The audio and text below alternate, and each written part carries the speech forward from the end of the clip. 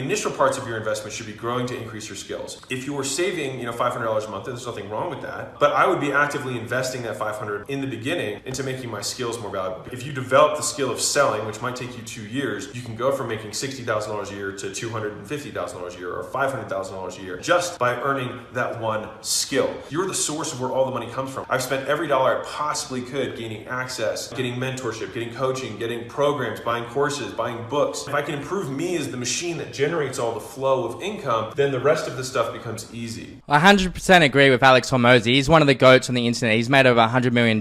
And personally myself, when I started my journey, I didn't just start straight away. I had hundreds of books on personal growth and business that I read. I spent $200,000 over the last few years on business coaches and learning digital marketing and remote sales. And one of the things that transformed my life was actually getting into high ticket closing, where initially I could sell something that was $5,000, then $25,000, and actually hone my skills on a business owner's lead. So I completely agree that you are your greatest asset.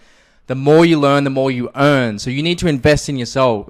Instead of putting $500 into just the crypto or Forex or into starting a business, you're not ready to do that yet. You need to hone your skills like sales, digital marketing if you want to be a business owner someday, and not be putting $500 into random things. You are your greatest asset. Invest in you, and as a result of that, over time, your income will grow to meet the level of growth that you have within yourself and the skill sets that you have. Because you're not rewarded for the money that you want. You're rewarded for the value that you add to the marketplace.